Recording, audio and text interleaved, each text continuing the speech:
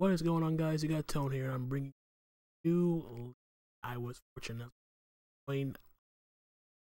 This is the NPL Minors, or the National Pokeball League. Not the majors, but it still has like a bunch of solid battlers in this league, and the fact I'm even here in first place is kind of surreal at the moment. But was able to join pretty much for they needed a replacement for one of the minor league coaches who had to drop out, and basically I just reached out and said, basically asked them if I could join and do I need to go to any credentials. Like, no, it's fine as long as you just like I'll be upload your battles, and figure like, yeah, give it a shot. So here I am in the NPL minor leagues. So if in case you haven't heard, it's like a bunch of crazy group of solid battlers in the major leagues. You got Top Tier Boy, you got Matty Brolic, Gypsy King, Aberforth, the list goes on and on and on.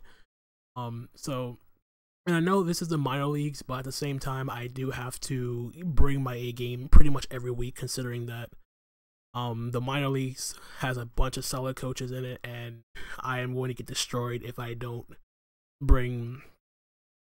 go full throttle here with the team that I inherited. So the team that I'm taking over for is the Chicago Sacred Fire, coached by Stab X4. So props to him for not only allowing me to take over this team, but the fact that he also drafted a crazy solid team at the same time. And it also gives me a good opportunity to use a bunch of Pokemon in which I have never used in draft league format, stuff like Volcanion, Hippowdon, Excadrill, so on and so forth. So just to run on the team that I'll be taking over, his team consisted of Volcanion, Excadrill, Salamence, Florges, Shaman, Hippowdon, Keldeo, Jolteon, Ranunculus, Mega Pidgeot, and Sneasel. I only made one adjustment to this team, which I dropped Sneasel for the Spiritomb, as I felt as though I needed a better psychic check. I do lose my main.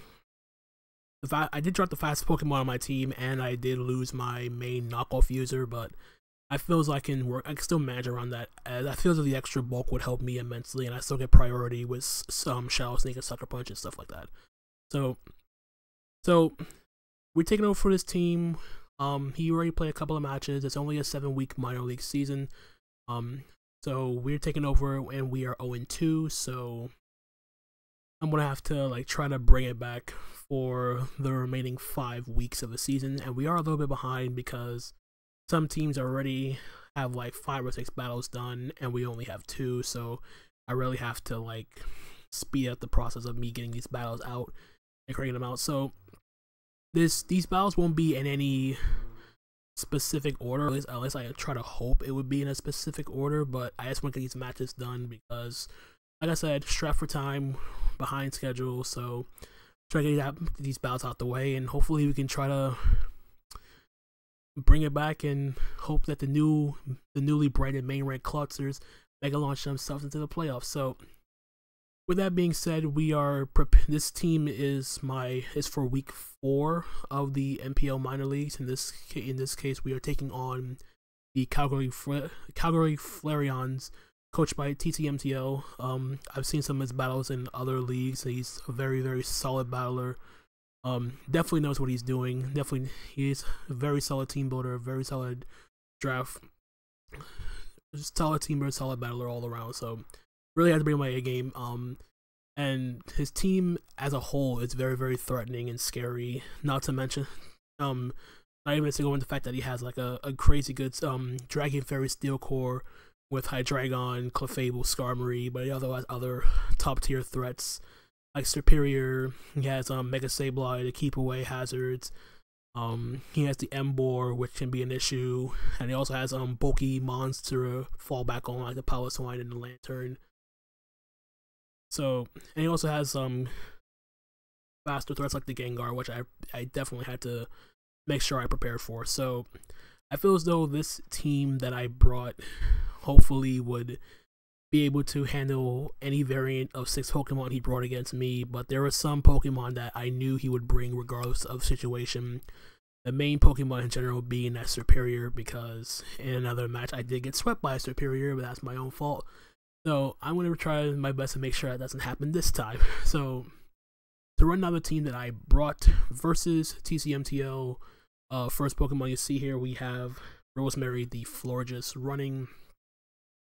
not running a defensive set. I felt an offensive variant of Florges would be a lot better for this battle, simply because Florges does a decent job of checking the Hydreigon, and at the same time, I feel the offensive would also be better because if I brought like a defensive Wish set, you get a free switch into the Skarmory, some superior Scolipede, stuff like that, and I didn't want him to get free switches, so I felt as though that running an offensive set would be a lot more beneficial for me.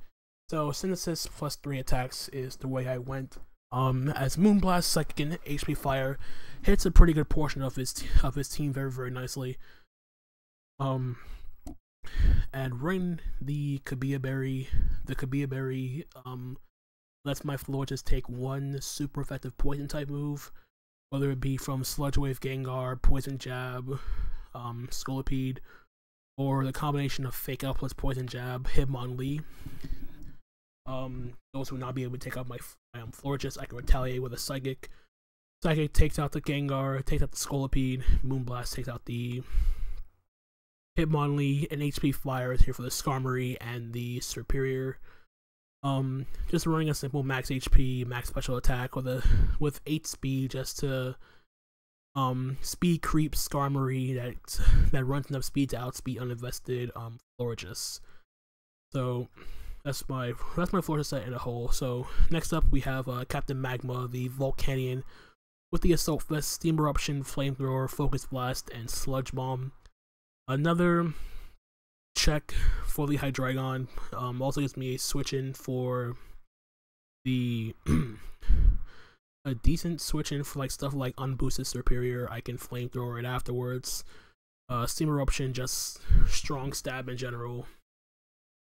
Focus Blast, 2 KOs, Hydreigon, and Sludge Bombs for the Clefable.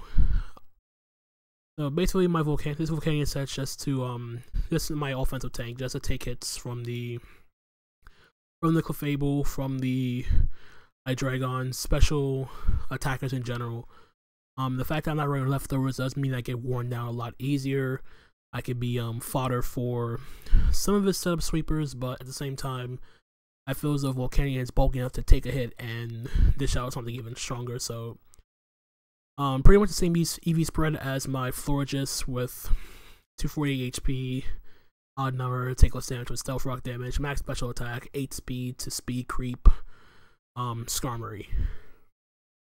So now we move on to the main set that I have on my next Pokemon, which is Drillman, my Excadrill, rocking the Lumberry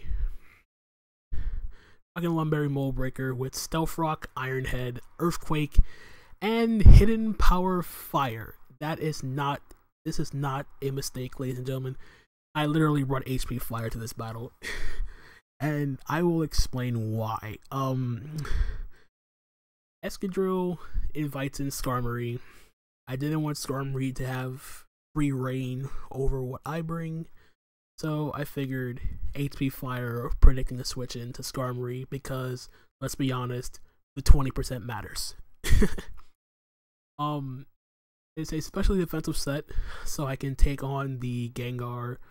I can live a Focus Blast from a Life Orb Gengar, take about 65%, retaliate with an Earthquake, knocks it out. Enough attack investment is on my Excadrill to ensure that Iron Head 2 KOs any variant of Clefable, 2 KOs, Power Swine depending on its EV spread. Gengar's down drops to Earthquake. And you'll see down here I am running 14 EVs in speed and a sassy nature. The sassy nature is not just for Hidden Power Fire, which, spoiler alert, I did not use. But the reason I am running this little speed is to ensure that my Excadrill is slower than an uninvested Skarmory. So that way when it roosts, I can Earthquake. And depending on its EV spread, it will either knock it out with some prior damage or put it in range to the point where he has to think about whether I am going to Earthquake again as he goes for Roost. If he does try to get up his rocks and try to be cheeky or something, I can, if it's weakened enough, I can HP Fire, which is going to be hilarious if I knock out Skarmory with an hidden Power Fire. And I know he's going to bring Skarmory because it does keep my Excadrill in check. Which I'm pretty sure he doesn't want Sand Rush Excadrill to run over his team. So this is the reasoning behind my my crazy EV spread here. And Lumberry lets me ensure that if I get rocks up on, I ensure I get Stealth Rocks up on Magic Bounce, Mega Sableye. If he burns me Will-O-Wisp, I have Lumberry, so I can carry myself with a burn, one-time deal. So that's pretty much my Excadrill set in a nutshell. Next up, we have Frederica, the Salamence.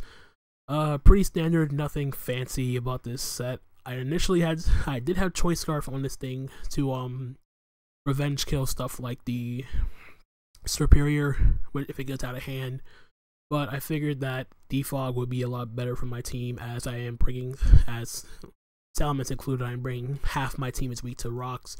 I did initially have Rapid Spin on Excadrill over the Hidden Power Fire, but the debate between Hidden Power Defog versus Rapid Spin is the fact that he did have 2 Ghost types, and I knew he was going to bring one of them. I didn't know which one, and I felt as though Defog would be a lot better in this scenario. I mean, the worst scenario that would come to this is if I give the Superior a free evasion boost, which would absolutely suck for me. So trying to avoid any further misplays, or any misplays in general in my first match here. So standard Defog Roost Drake on Meteor Fire Blast for the Skarmory. Life Orb, Timid Nature, enough speed to outspeed a non-Scarf Hydreigon, 29 IVs in HP to hit a Life Orb number. Like I said, pretty straightforward. Pretty much my way of breaking down his slower Pokemon, like the Lantern, like the Piloswine. I can also wear down the Clefable, or I can potentially knock it out if it's weakened enough. So that's a Salamence set. Next up, we have Baymax, the Ranunculus, with Toxic Orb Fling, along with Recover, Psychic, and Signal Beam. Ranunculus is my main switch into things like the Emboar, the Scolipede. It's physical mons in general, but I do have to be careful because Emboar Reckless Flare Blitz does do a crap ton to my Ranunculus, and Scolipede Mega Horn can still 2-hit KO my Ranunculus. So even if I could beat them 1v1, it would still be weakened to the point where it can be revenge killed by any bit of the mon. And the reason why I have Fling Toxic Orb is for the Mega Sableye. So in the instance that my my Pokemon can't really touch the Mega Sableye unless I put like Toxic on my Excadrill. But I figured that Ranunculus does a decent job of luring in Mega Sableye anyway, so I can fling the Toxic Orb, and I can badly poison Mega Sableye and put it on a timer. The only thing that would suck is if he brings like Heal Bell, Clefable, which would render my Toxic Orb Fling absolutely useless. And Psychic is just here for stab. Signal Beam is for the Superior and the Hydreigon. Simple physically defensive spread, just so I can take hits from the Emboar, the Scolipede, a little bit better. And last up, we have Air Force 1, the Mega Pidgeot with Agility, Roost, Hurricane, and Heat Wave. Pretty much my late game win con. I basically have to look out for the Lantern, because I'm pretty sure Lantern is going to come as a way to keep my Pidgeot in check, as Pidgeot's my main way of checking the Superior. Running enough speed on this Pidgeot to outspeed a timid max speed Superior at the Mega Evolution. This was initially modest, but I wanted to be faster than Superior after I Mega Evolve, not before, so I don't have to be forced to Agility. Agility ensures that my Pidgeot is faster than stuff like Scarf Scolipede.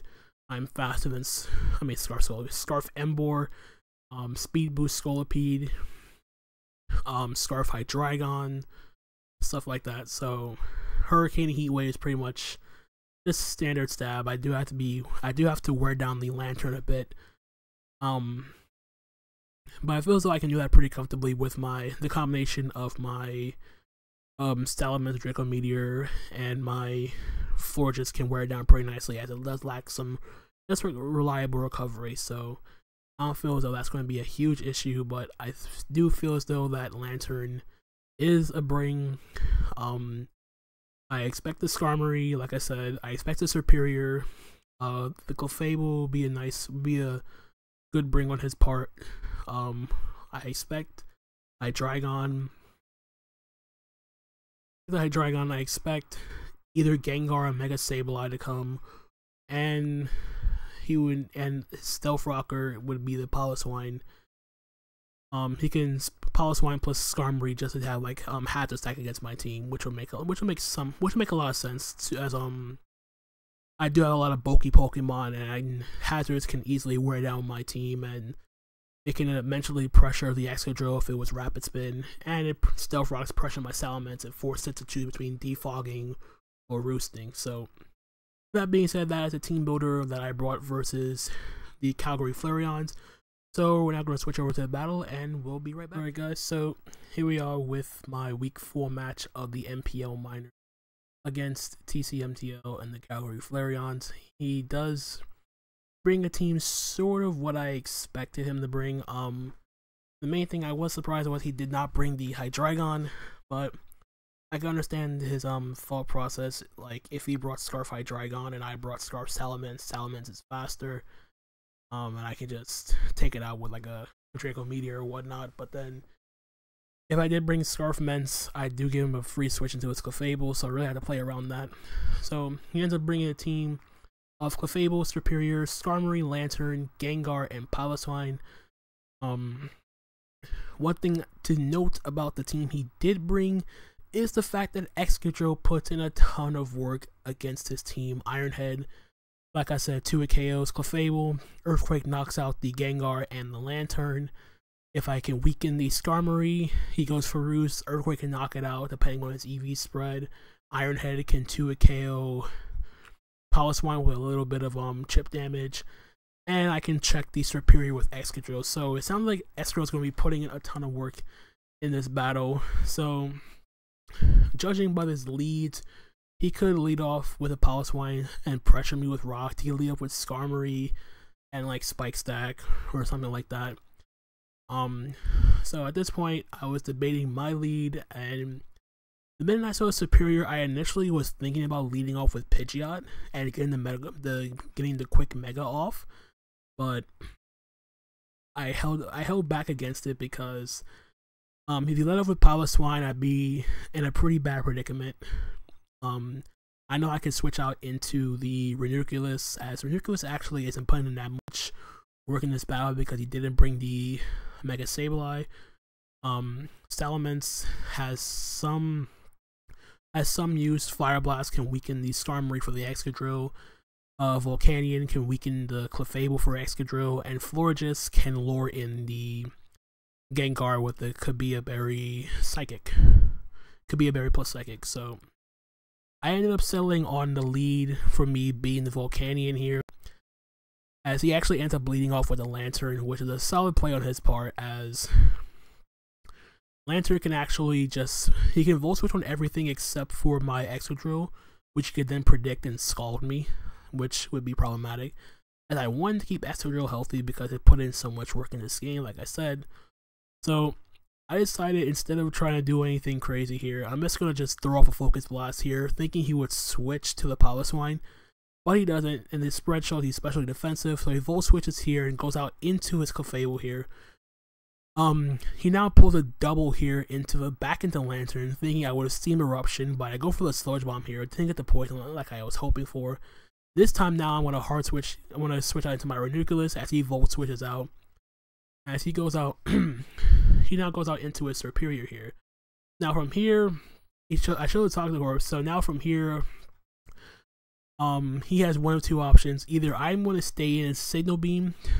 I must either stay in Signal Beam, or I would go hard switch into my Florges. But I decided to stay in this turn and Signal Beam just in case he decides to go for a substitute. As if he's behind a substitute, he becomes a lot more difficult to take down, and he can revenge kill my Salamence. He would probably fear me being Scarf, but as you see here, he just go for the substitute here, thinking I would switch out. I reveal the Signal Beam, take out the sub. So now from here, he reveals the leftovers, and he goes for the Leaf Storm here, and he gets a crit. So the crit does suck. I probably will have the second a +2 Leaf Storm here. I go for Signal Beam here. He Leaf Storms me again, gets another crit. I mean, it didn't matter this time, but it does suck.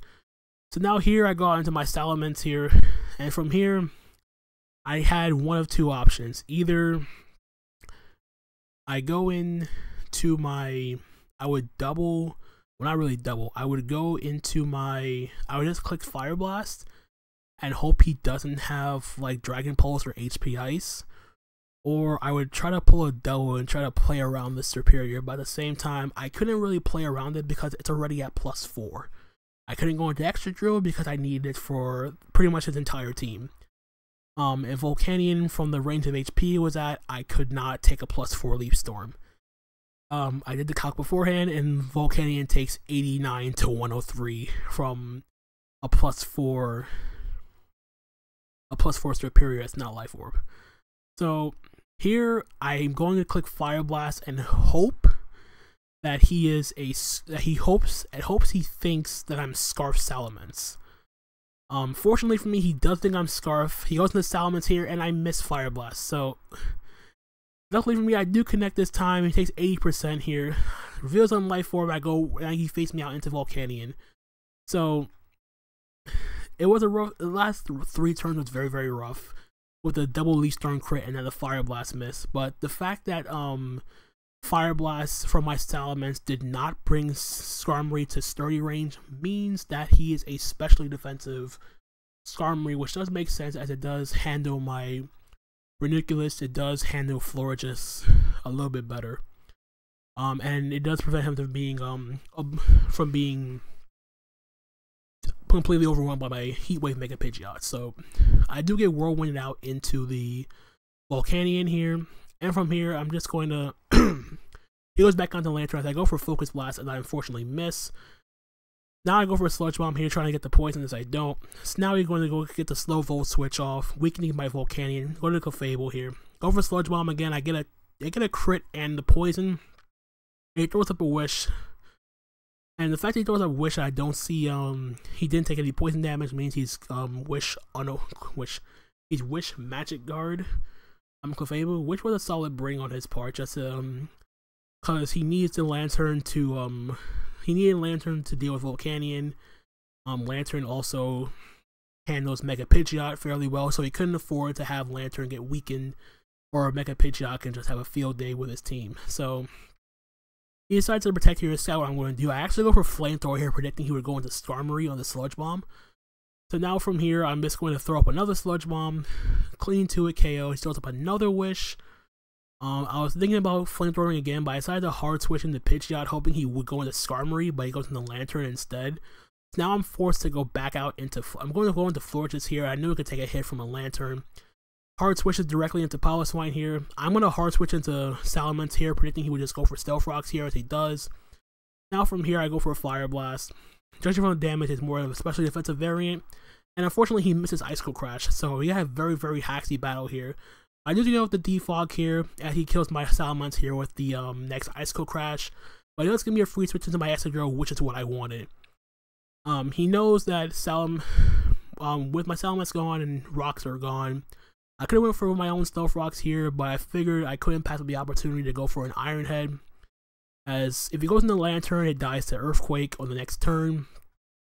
So with that, he decided to switch out into the Clefable and sack it off, which was a great play on his part, as Clefable wasn't doing much for the rest of this battle. Now he goes on to the Skarmory, and this is the moment I was waiting for. Like I said in my team builder, I EV'd this Excadrill specifically to be slower than an uninvested Skarmory. And the fact that he's been weakened from my Salamento's Fire Blast means he's forced to roost. So, with that being said, and the fact that he was especially defensive, Skarmory did the calcs, and Earthquake with my investment does 63 to 76%. After Skarmory roost, it's at 76%. So if I take, the only way I can take out this Skarmory is if I get the highest roll possible on this Earthquake, and I know he's forced to roost because he either thinks I'm going to switch out or just give up my Stealth Rocks. So with that being said, I'm going to click Earthquake because I know he's going to roost. He goes for the roost, I go for the Earthquake, and I get the extreme high roll, and down goes the Skarmory. In comes the Gengar. Shadow Ball does absolutely nothing to my Excadrill, and goodbye Gengar. That's 2 kills for the Excadrill. He goes into his Lantern. I'm still faster than the Lantern. Goodbye Lantern to the Earthquake. Now I go down to the Superior. And from here, I'm thinking that I really wish I had Exeter on this Excadrill right now. Because from here, he does get off at least 2 Leaf Storms. Iron Head does not kill with my investment. So he goes for Leaf Storm here. I know I can take 1. I go for Iron Head, and I just miss out for 9%. So now I'm forced to sack off my Excadrill here as he goes for Giga Drain, which is fine. Excadrill did its job. So now from here, I go out into my Florges, and I figured I can just freely click HP Fire because he's either forced to Giga Drain from here, and I pressure him with 2 HP Fires, or he Leaf Storms and hopes that I don't have HP Fire. I'm forced to go for Moonblast and risk him getting another special attack boost and probably make him +5, which I'm not going to let him do. So he goes for Giga Drain here, and he unfortunately gets the crit. And because of that crit, he was no longer in range of my modest max special attack Florida's HP Fire. So from here, I'm now forced to sack off my Florges because it couldn't take out the Superior because of the crit. Now he's at +4, and now I have to go on to my Pidgeot, hope it lives a Dragon Pulse or a Hidden Power. Go for the Dragon Pulse, I live on 30%, and Pidgeot comes through and takes out this gosh darn annoying Superior. Last Pokemon, Piloswine, he picks me off with the Ice Shard here. Down goes my Pidgeot, and now it just comes down to Volcanion versus Piloswine. All I have to do is hit a Steam Eruption, and the battle is mine. And fortunately enough for me, I do land a Steam Eruption, down goes Piloswine, and that is going to be a good game. So in our first match in the MPL Minors, we come away with a close 1-0 victory over TCMTO. Very good game, my friend. He played amazingly. He brought a great team. It was a lot of unfortunate hacks along the way. The double Leaf Storm crit. I know the second one didn't matter, but the first one definitely did. The high roll from the Skarmory Roost, the Excadrill EQ onto the Skarmory. I got an extremely high roll. Pretty much a lot of crazy stuff. The Giga Drain crit on my Florges, which prevented me from knocking out the Superior. But nonetheless, I felt as though I played pretty well with the team. Like I said, Excadrill put in work in this battle, picking up 4 kills in this game. Volcanion picking up the last kill. Thankfully did not miss Steam Eruption, and Mega Pidgeot taking out that annoying Superior, which was problematic for my team from top to bottom. So once again, GG TCMTO. We do pick up our first win in the MPO Minors with this team. We are 1-2 now with a differential of -5, but I feel as though we can bring it back with only in the last 4 battles. So hopefully I'll try to get the rest of these battles up and the rest of these battles done, and hopefully we can make it to the playoffs. And I'm just gonna leave it at that. So until the next time, my name is Anthony, aka Tone, and I'm gonna catch you guys on the flip side. Later.